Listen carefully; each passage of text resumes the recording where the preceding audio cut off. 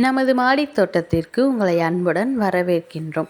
காலையில் வேகமாகவே எந்திரிச்சு சாதம் வடித்து வச்சிட்டோங்க. அம்மா கிட்ட கேட்டேன் இன்றைக்கி என்ன குழம்பு வைக்கலாமான்னு.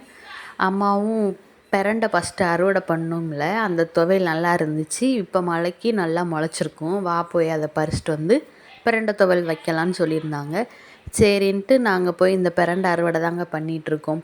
இதுக்கு முன்னாடி பிரண்டையை கையில் தாங்க ஒடிச்சு பிடுங்கணும்.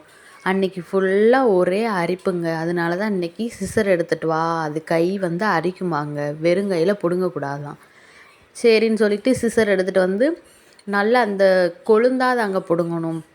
கீழே உள்ள பெருசை பிடுங்கக்கூடாது. இந்த மேலே கொழுந்தாக இருக்குது பாருங்களேன், அதை மட்டும் கட் பண்ணி எடுத்துட்டு அதையுமே நல்லா தோல் உரித்து நல்லா எண்ணெயில் வதக்கி இந்த துவையலுக்கு தேவையானதெல்லாம் போட்டு அரைச்சி வடித்த சாதத்தோடு சாப்பிட்டோம்னா செம்ம டேஸ்ட்டாக இருக்குங்க. பசி எடுக்காதவங்களுக்கு இந்த துவையலை கொடுத்தீங்கன்னா நல்லா பசி எடுக்குங்க.